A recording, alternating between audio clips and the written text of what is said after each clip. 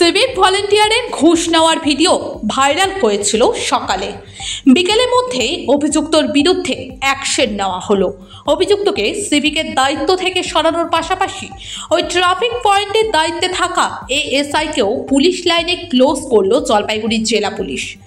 জানা গিয়েছে, শনিবার সকাল থেকে জলপাইগুড়ি পোস্ট অফিস মোড় ট্রাফিক পয়েন্টের একটি দৃশ্য সমাজ মাধ্যমে ভাইরাল হয়। ছবিতে দেখা যায়, কানু রায় নামে ট্রাফিক পুলিশে কর্তব্যরত ওই সিভিক ভলেন্টিয়ার এক বাইক আরোহীর কাছ থেকে ৩,০০০ টাকা ঘুষ নিচ্ছেন।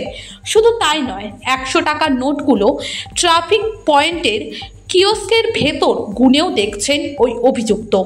ওই ভিডিও ভাইরাল হতেই চর্চা শুরু হয় প্রশাসনিক মহলে। অভিযুক্তের বিরুদ্ধে দ্রুত পদক্ষেপ করতে দেরি করেনি জলপাইগুড়ি জেলা পুলিশ। বিকেলের মধ্যে নির্দেশ দেওয়া হয় ওই অভিযুক্ত সিভিক ভলেন্টিয়ার কানু রায়কে অব্যাহতি দেওয়া হয়েছে। জলপাইগুড়ি জেলা পুলিশ সুপার খণ্ডবাহালে উমেশ গণপত জানিয়েছেন, অভিযুক্ত সিভিক ভলেন্টিয়ারকে কাজ থেকে অব্যাহতি দেওয়া হয়েছে।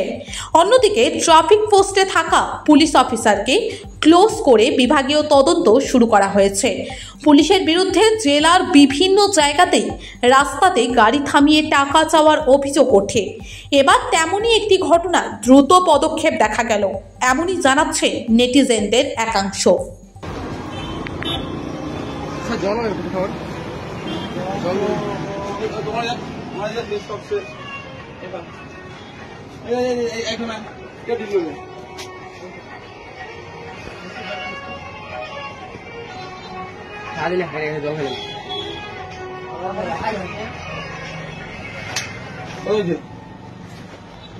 ছিল উঠানোর জন্য ১০০ টাকা চার্জ দিয়েছে দোকানে।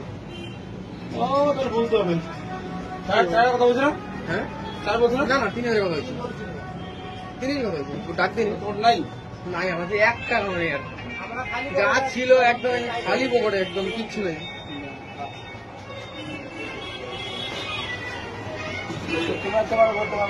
না নাই